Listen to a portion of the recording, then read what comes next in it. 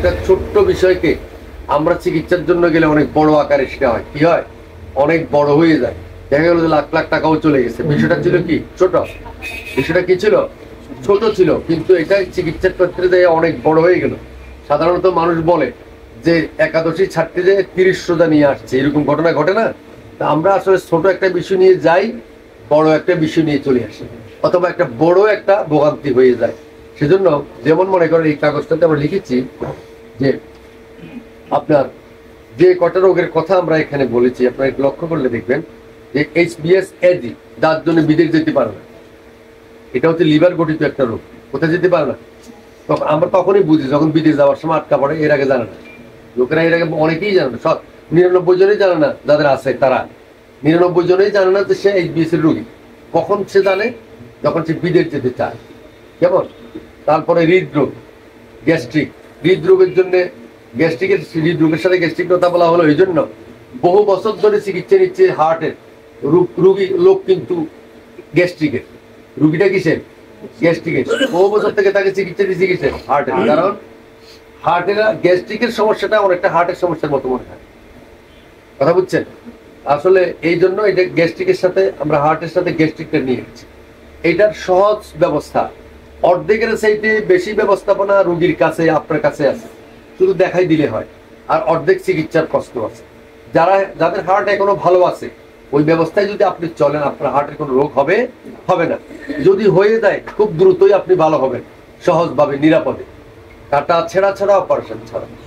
শ্বাসকষ্ট, হেজমাহাপানি আছেন এরকম?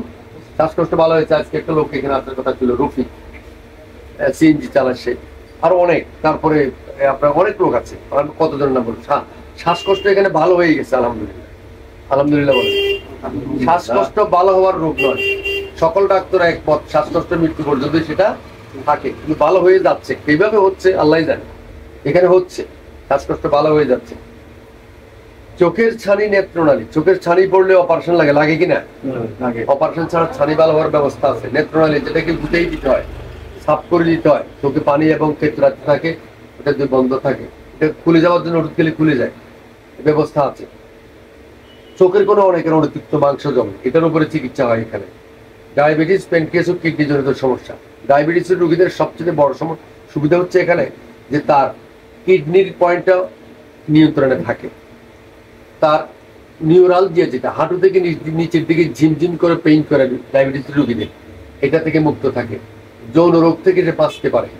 কিডনি ড্যামেজ হওয়া, হাইড্রোনেফ্রোসিস হওয়া, কিডনিতে পাথরের সমস্যা দেখা দেওয়া, এই ডায়াবেটিসের রোগীদের এটা হয়, এগুলো থেকে সে মুক্ত থাকে। 1 নাম্বার। 2 নম্বর হচ্ছে নিরাপদে নিজেকে রক্ষা করার রাস্তা পায়, এবং নিরাপদে রক্ষা পাওয়ার একটা ওষুধপত্র বা চিকিৎসা এখানে পাওয়া যায়। জরায়ু সংক্রান্ত অনেকগুলি সমস্যা থাকে, তার মধ্যে যেমন টিউমার থাকতে পারে, ফেলোপিয়ান টিউবে আবদ্ধতা থাকতে পারে, বন্ধাত্ম থাকতে পারে, তারপর জরায়ুতে ক্যান্সার হতে পারে, জরায়ু নেমে যেতে পারে। হ্যাঁ, তারপরে আপনার সাধারণ বাচ্চাদের থেকে রক্ত প্রদর বলে, শ্বেত প্রদর বলে, এগুলো জরায়ু সংক্রান্ত রোগ। এগুলো এখানে অনায়াসে ভালো হচ্ছে, এবং 65-75 বয়স যখন হয় তখন তারা অপারেশন করতে পারে, ডাক্তাররা করে না। সেই রোগীগুলো আবার আমরা পাই, আলহামদুলিল্লাহ ভালো আছে, এবং দিনদায় জীবিত আছে এখনো, অন্তত 10-এর উপরে নাম বলা যাবে। বিভিন্ন প্রকার পাথরি রোগ হয়, এটা তো জানেন নাকি? পাথরি রোগ যেমন মনে করেন গল ব্লাডার স্টোন, কিডনি পাথর, মূত্রথলিতে পাথর, প্রস্রাবের রাস্তায় পাথর আছে না এরকম? প্রস্রাবের লাইনে পেনিসে পুরুষদের দেখা গেল 5টা 4টা 3টা অপারেশন আমাদের এর উপরে আমরা পাইছি, আলহামদুলিল্লাহ। এরপরে আর অপারেশন করার প্রয়োজন পড়ে নাই।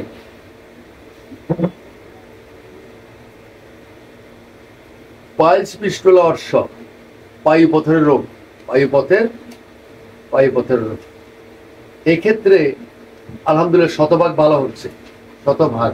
আমাদের এলাকায় একটা ফ্যাক্টরি আছে, ওই ফ্যাক্টরির মনে হয় 150-এর উপরে রুগী আছে।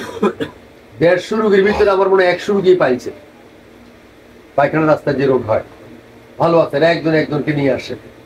বন্ধাত্ম, সহজ ডেলিভারি, অনেক সেবা এখানে হয়, সব সেবার কথা কাগজে লিখে সম্ভব না।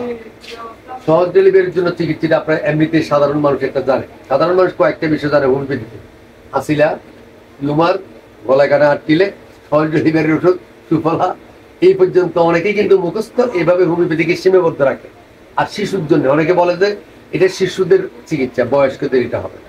আসলে এটা সকলের চিকিৎসা, গরু ছাগল পর্যন্ত চিকিৎসা করা যায় হোমিওতে।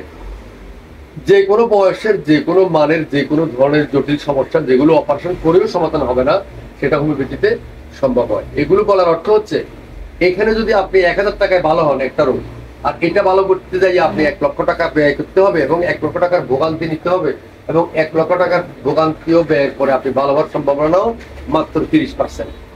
এই অভিজ্ঞতা তো আপনাদের আছে না? আছে। পাইলসের জন্য এই যোগ্যশালের একটা মেয়ে, সবচেয়ে বড় ডাক্তার বাংলাদেশে, তার অনেক রুগী আমি পাইছি, তার চিনি আমি রুগীদের দিয়ে। উনি তাকে 4টা অপারেশন করছে, পেট কাটিয়ে অপারেশন করছে পাইলস ভালো করার জন্য। হ্যাঁ, তো প্রচুর টাকা পয়সা গেছে, এবং সে ভালো হইতে তো পারে নাই, বরঞ্চ পঙ্গু হয়ে গেছে। টাকাও গেল, সময় গেল, জীবনে গেল। অথচ ছোটখাটো কিছু ওষুধে আপনি ভালো হয়ে যেতে পারতেন। এখানে অসংখ্য লোক ভালো হচ্ছে। যাই হোক, এগুলো যে এখানে সব রোগী এখানে ভালো হয়ে যায়, আমি কিন্তু সে কথা বুঝাচ্ছি না। আমরা এই সমস্ত ক্ষেত্রে সেবা দিয়ে থাকি।